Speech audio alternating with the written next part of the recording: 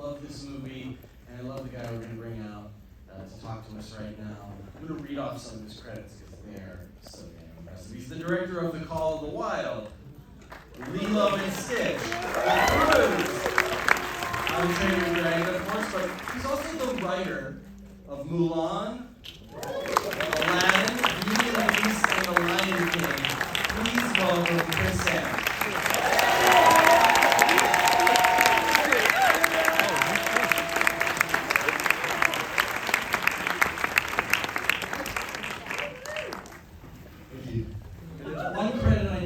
About moments ago from Chris himself that one of his first jobs was the Mamba Pig. We learned something new from these conversations. Chris, so we have a double feature tonight, The Wild Robot and How to Train Your Dragon. And the one thing that links them is that they're both adapted from beloved storybooks. And I wondered if you could bridge the gap for us. Tell me about the challenges of adapting each. Like, is there something you learned on the earlier film that was useful in The Wild Robot? Yeah, absolutely. Mulan was actually a very formative moment in my life. That project was about 6 years, start to finish. It was the longest film I've actually ever worked on. And one of the reasons for that was I came onto it, and it's a legend. It's a Chinese legend, and I learned a lot of it because it's not my culture, and so we did our very, very best to learn as much as we could about the story, which is actually it's very regionalized. It changes from place to place if you move around different places in China. So we tried to boil it down to the essence of what it was. And when we first started on it, we were having a lot of trouble trying to get these stories to work. And this is like this. I learned a lot on that particular project because there was a little short circuit that had been built into the original screenplay, and we had been wrestling with that for about a year. The issue was that movie came after Beauty and the Beast and Aladdin and The Little Mermaid, and all of these had a female lead that was to some degree unhappy with where they were, and they wanted to make some changes. So in Mulan, written into the script was this arranged marriage between Mulan and somebody she didn't know. And so she wasn't really stoked about that because we were looking at it from our point of view. And of course the story is really about a girl who she loves her father so much that she's willing to risk her life, her reputation, her family's honor, because she puts such a premium on his life. And the problem was that when she left to take his place and disguise herself, there was not one reason she was leaving, there were two. She was actually getting out of this situation that she was unhappy with. And it took a really long time for us to realize that, because again, this is something that was a very successful kind of groove that we had been in at Disney for a very long time. So when I realized it one morning, I actually came to talk to my producer and said, I let her know there's a problem in the story. And she said, go in there and fix it. So we began to rewrite everything and make sure that she was leaving for only one reason. So that was a short circuit that was built into the structure, and it lay there for quite a while, and we didn't realize it. So that just muddled the story or motivation. Yeah. It gave her more nobility to say, I'm just doing this for my father instead of just I'm trying to run away.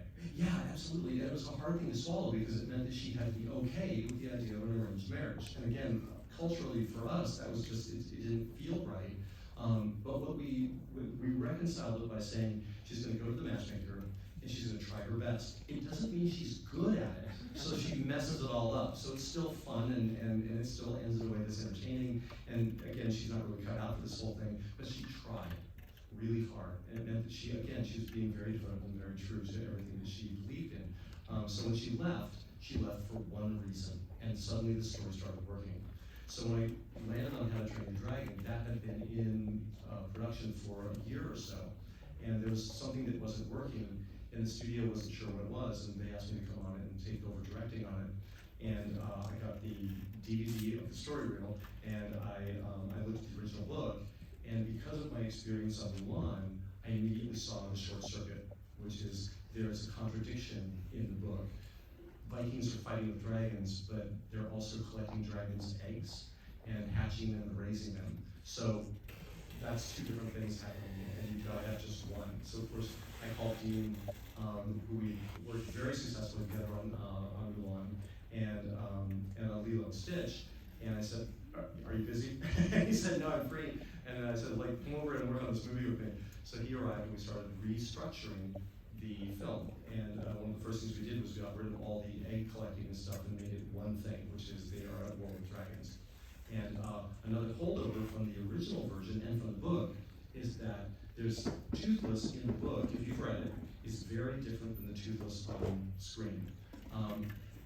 The Toothless in the book had been built and rigged, and they've been animating it for a while, and it's still in the movie because it's a beautiful rig. It was going to be the lead. During the movie, if you're familiar with it, there's a moment where Hiccup and Toothless are hanging out on a beach, and they're not doing anything, they're just relaxing, and they're trying to eat some fish, and these little dragons land, and they're like little seagulls, they're trying to steal the fish. That's Toothless. That's the Toothless from the book, and that's the Toothless they built for the movie. And you can see that in that one moment very graphically why that Toothless wasn't really going to work for the film. So we very quickly reconceived what Toothless would be. It has to be like really the most intimidating of all the dragons in their world. So we envisioned it as more of a sports car dragon, more compact, fast, tough.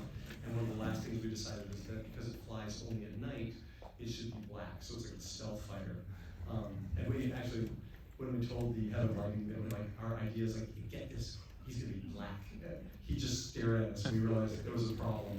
And he said, he can't be black, we won't see it. And we were like, I know, that's the point. No, the way our lighting like software works, it won't be there. And he's like, how about if he's really, really dark gray? And so Toothless is not actually black, he's like 90% gray. But he does look like a stealth bomb. Yeah. He has that sort of hue about him, but it's still pretty sleek and interesting. You can see the scales, which would have disappeared in a fully black dragon. Yeah, he has little spots on him if you look very closely. He's modeled a little bit. Was there anything in the Wild Robot that you, as you were working on the adaptation, that you recognized as one of those short circuits that you needed to avoid? If you're familiar with the book, there's a few characters I pared back on to make room for the narrative, because we needed to make room for the relationship between Bright Bill and Ross. And anything that was distracting from that, I had to like cut back on. There's a character in the book named Chit Chat. He's a very popular character in the book. Peter Brown, who wrote the book, one of the things I learned from him is that when he writes his books, he reads them aloud over and over and over again, because he's very aware that these books will be read to school children. Kids are going to read them aloud as maybe one of the first big books they read aloud to a class and stuff. So he wants them to be easy to actually verbalize. And there's this character named Chit Chat. It's a little squirrel that kind of can't stop talking. Like the pages of Chit Chat dialogue, when you get to them, are really, really fun to read. But I realized that Chit Chat was the first character I had to cut out, because the moment Chit Chat arrives, it really becomes just about Chit Chat and Bright Bill. Upstaging of the action. Yeah, and Roz would just disappear from the moment. And we didn't have a lot of screen time, so we had to cut back on Chit Chat to make room for Roz.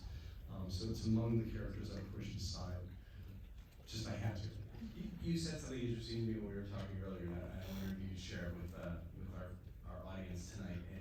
And it's not that you're throwing shade at the book or saying the books had flaws in them. It's more like a book can have conflicting ideas in it and sustain that in a way that the movie can't. Can you use the metaphor that you used? Yes. Yeah. The way that I explain it, a book is like a ship. A book is a boat, and it can hold a lot. Because when you read a book, you can read it at your own pace. You can digest it a few pages at a time. So a book you can read for weeks or months or however long. And so a book can hold a great deal of story. A movie is like an airplane. It has to be fast and light. It can only hold so much. And when it comes to animation, we always have a time limit of around 90 some odd minutes. It's just what our budgets can sustain and our production can sustain. We know that very well. So you've just got to like lighten the load when it comes to an animated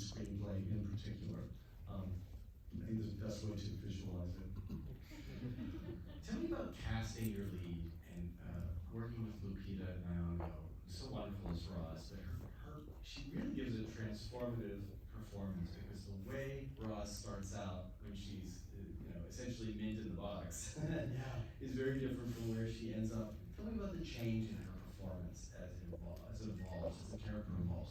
Yeah, golly. So our amazing casting director, Christy Soper, I am not good at this kind of thing at all. She is, of course, amazing at it, which is why she does it. And one of the things I realized in the making of this film, Christy is not just looking at voice matches, she's really looking deeper. She's looking at the actual character of the actors and matching them to the characters beyond just the voices. And a great example of that, maybe the best example, would be Lupita voicing Roz. Roz has a very particular architecture to the way she thinks. And I have to say, I cannot say enough about how amazing it was to watch Lupita tackle that. Like, before we even recorded, we would have conversations about Roz, her arc through the story, the way that she thinks. And even our very first recording session, we talked for about an hour before we ever even stepped up to a microphone. And I always came away from these recording sessions with lots and lots of notes. And I would go back, if I was going to record Lupita maybe the following day, I would spend my evening rewriting and truing things up to the things that we had talked about. So Lupita really took Roz apart and just to understand the architecture of Roz's thinking so that she would be consistent and so that she would have this beautiful, clear arc through the movie. And it went beyond just the dialogue. It went to even the way that Lupita handled her own voice. And that to me was absolutely fascinating. The amount of manipulation that Lupita could manifest in her voice. So Roz has this what we would term a phase 1, phase 2, and phase 3 voice. The first phase being the straight out of the box, this incessantly, relentlessly optimistic voice, but it's like a Siri or an Alexa, and she actually would push her voice into this more sort of strained place to create that sound. It's an uptight voice. It is. Hello! And as we would record, she would reset by saying hello, and she would reset, and then she would continue to record. That was a more difficult voice for her to manifest. So typically we learned to leave that to the end of our recording sessions. We would jump into the later voices. The phase 3 voice just being straight Lupita.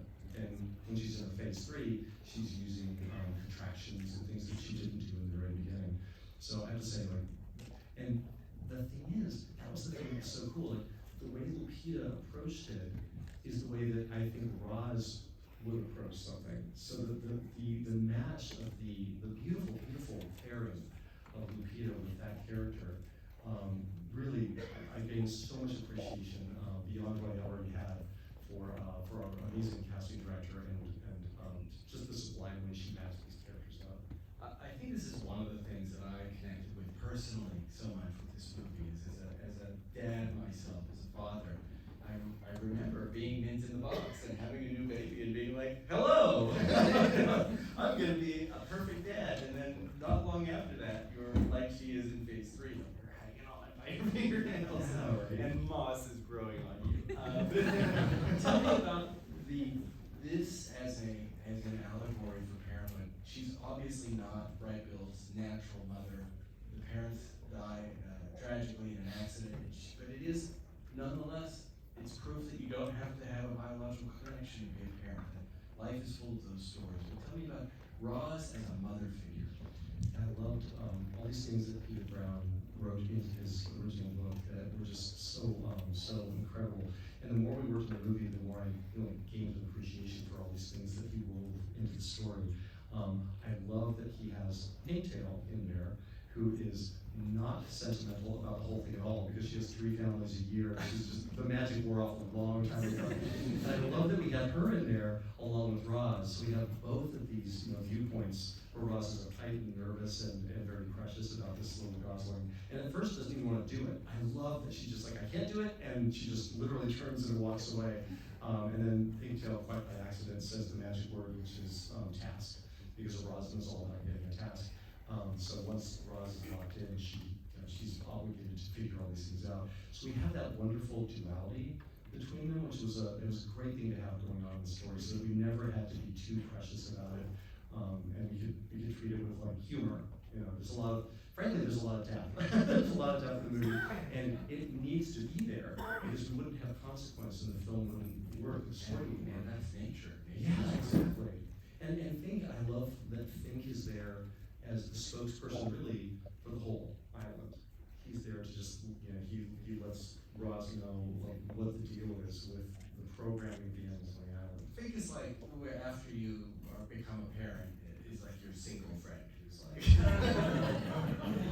go out to the bar, like, no, I can't. And he was a character that I really expanded on. There's some characters I paired back on, but the moment I saw Fink in the book, I was like, that's a star. He's our star. And I really fell in love with him as a character. And I added things that weren't in the book, like the story that he tells, the spent time story that he tells, as a way to understand that he has a lot of pain and a lot of hurt from what probably was not a great relationship with his mom. We had some little indications of that where he throws bread roll in the water and almost hits me with a rock and stuff like that. Stuff that his mom used to do. So he was really wonderful, and I really focused on him as You and I have talked about this together. It's one of my favorite subjects relating to this film, and it's this idea. As a lover of animation, as a writer of some classic, genuine, bona fide classic animated films, and a director of many animated films, you know that mothers tend to vanish early in the story tragically, and you have an interesting theory about why this is. And it goes back to another film you worked on, Aladdin. Yes. So we all know that working with Disney films is kind of a gag that they're always missing. I realized why when we were working on Mulan. I was on Beauty and the Beast. I transferred over to Mulan. I was a story artist, and when I came to Aladdin had a mom at that point in the story, and I think the directors were very interested in holding on to her because they knew that moms frequently are not there. She had a song, didn't she? Like Proud of You, or he had a song to her, Proud of You, Yes. right? Oh, I forgot about that. Yeah. And very quickly we realized it wasn't working. There were two things going on. First of all, your mom is there to keep adventures from happening in the very best way possible. Like if he's like, guess what? I'm gonna go to the market today, Mom, and I'm gonna steal some stuff. And she'd be like, no, you're not. She will, correct the sort of thing. And the other problem was that once Aladdin departed and started doing this whole, he was on his adventure, we would cut back to his mom because she was still there in the story. And that was the point at which everybody realized she can't even be there anymore because, suddenly, you couldn't have fun watching Aladdin doing all these things because you knew his mom was back in town in pain and worried. And then when we cut back to her, what is she doing? She's looking for him. So again, another mom was suddenly vanished from the story, and he's now an orphan. So the story can just happen. So the idea that the story, moms are the brakes on adventure. yeah, you get it. If you think about it just even for a few minutes, you're like, yeah, I totally get it. So We're lucky we all have a mom, right? Or somebody who stopped us from getting it. Exactly. So the idea that the story was centered around a mother was very exciting to me because that's the thing that was always just not there. One of those classic animated stories with a mother whose absence is crushing is Bambi. And I know Bambi was also an influence on the look of the wild robot and an artist in particular named Tyra Swan. Yeah, I think that Tyra Swan's styling for Bambi is amongst the most beautiful thing I've ever seen. And one of the things we were aspiring to is that level of sophistication with the environments in this movie. I knew that if it was, business as usual as far as a CG look, the film would immediately go too young, and it would, I think, dilute and pull power away from the story, which I knew was just full of emotional depth. So we were just really lucky that DreamWorks at this point, they had done Bad Guys and Puss in Boots' Last Wish, and they had gotten away from that traditional CG look. Whenever you look at a studio's film, I guarantee that you're very likely looking at the very outer edge of that studio's technological capability.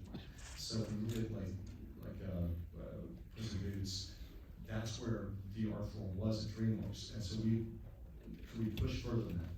Could we go even further and get more of that sort of soft look that Tyra Swan had created for Bambi?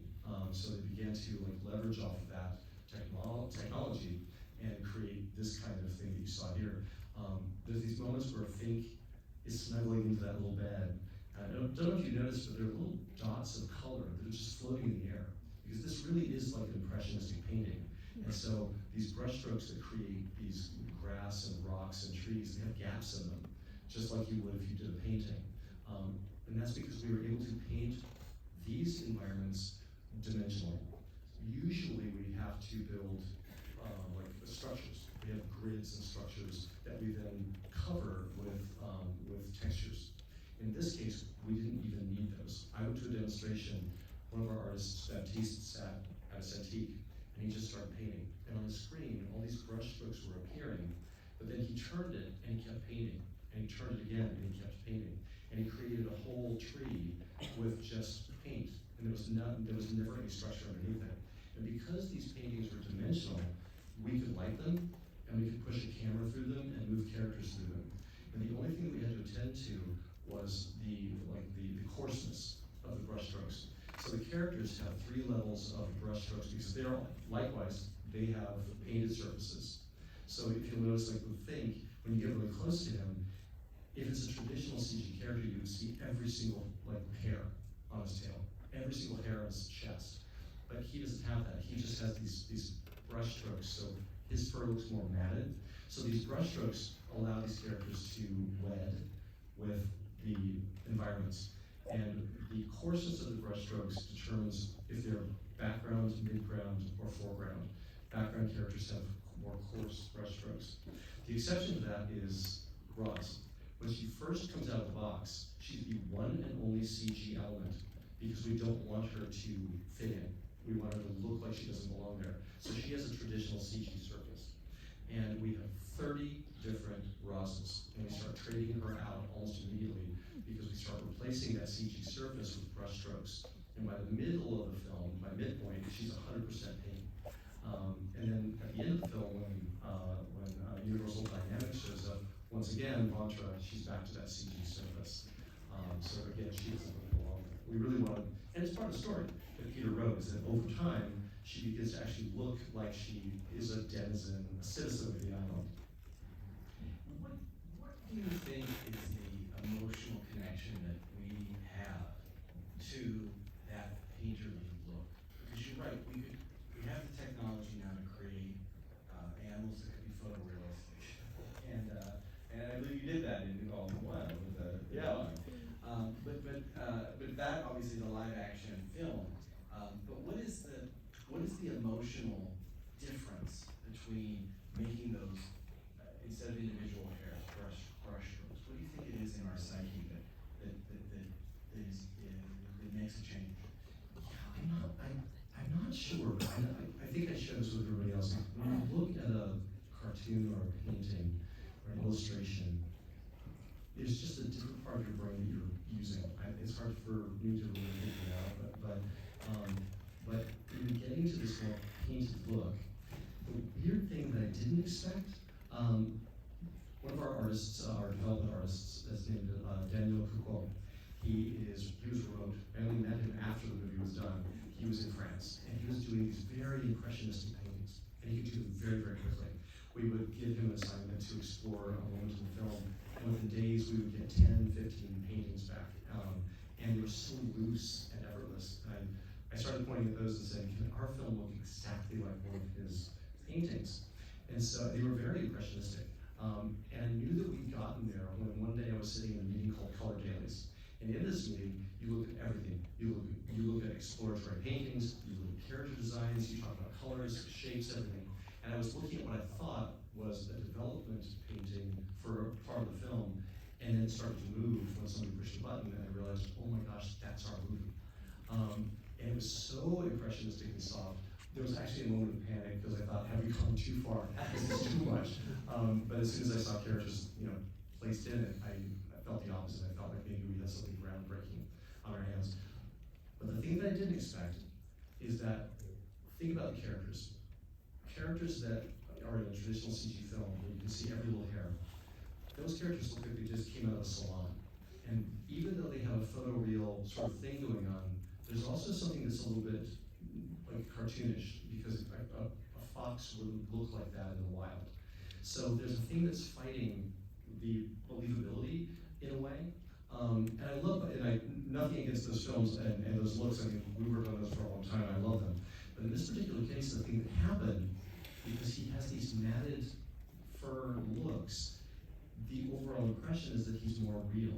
And the same thing was happening with the backgrounds. There's that shot, which is a high wide, when Roz is trying to grab Fink early on in the film, and it's on the log, and we're over a waterfall. On that particular shot, I always just let my eyes wander, and I look at the forest, and it's like, it's barely there. It's just some blobs of paint indicating trees and things. But it does that thing that a great painting does, that it evokes a believability on, like, beyond sometimes like a photograph would, beyond photo. So if those trees were all like photoreal and detailed, I don't think it would have the believability that we were getting on this. And that's just something I didn't expect. It just sort of happened. It came along with the impressionistic painted look, which is, I think, it's one of the reasons I think people, and I feel the very same way, like I feel a certain way about this film, but I've never felt with any of the film I've ever worked on. And like, we were just talking about, like, by this point, I've seen the film quite a few times. And even with Lion King, Lilo and Stitch, after you've seen it a few hundred times, at a screening like this, you tend to like just fade out. It's like, I can go home now, I've seen this. But with this movie, I keep doing I keep sneaking in, because I keep wanting to see it. In fact, I'm gonna go out this weekend and see it a couple more times, because I think this is maybe the last weekend it's gonna be out. I'm not sure how much longer it's gonna be in theaters, but I just wanna see it in the theater a few more times before it goes away. Have you gotten any reaction from people who've seen it that has meant something to you over these past few months? Yeah, I mean, the response that I've been so privileged to enjoy talking to people about the movie has been really overwhelming. People have, I think, seen it in a different way. So I think that our scheme kind of worked out. That like it really has like, and I have to stop at this point and really talk for a moment about Chris Bowers and his music.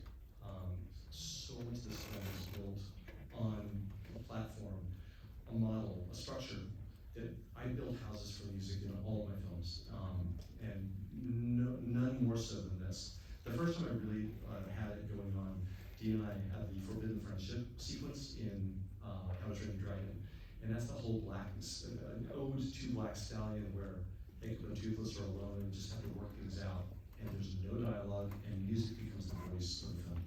And so that happens quite a few times in this movie. In a 90-some-odd minute movie, we have 90 or 80 minutes of music from Chris Bowers. So he's the biggest voice in this film, and he knew that, going in. So I think one of the reasons this film works the way it does is this beautiful marriage that we were able to create between Chris Bowers' score and the narrative. My own son is 11, and he was one.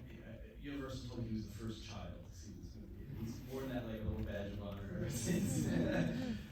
But he sat in when we chatted like this at Comic-Con, and afterward he was like, we talked about the motherhood angle and in the story, and he was like, I didn't really think about that. I was like thinking about the bird, and I said, yeah, this movie is about all the things your mom does for you that you don't really think about. And I wondered if children have a different reaction to the movie than the parents, or if you think maybe it helps each see the other's perspective of it.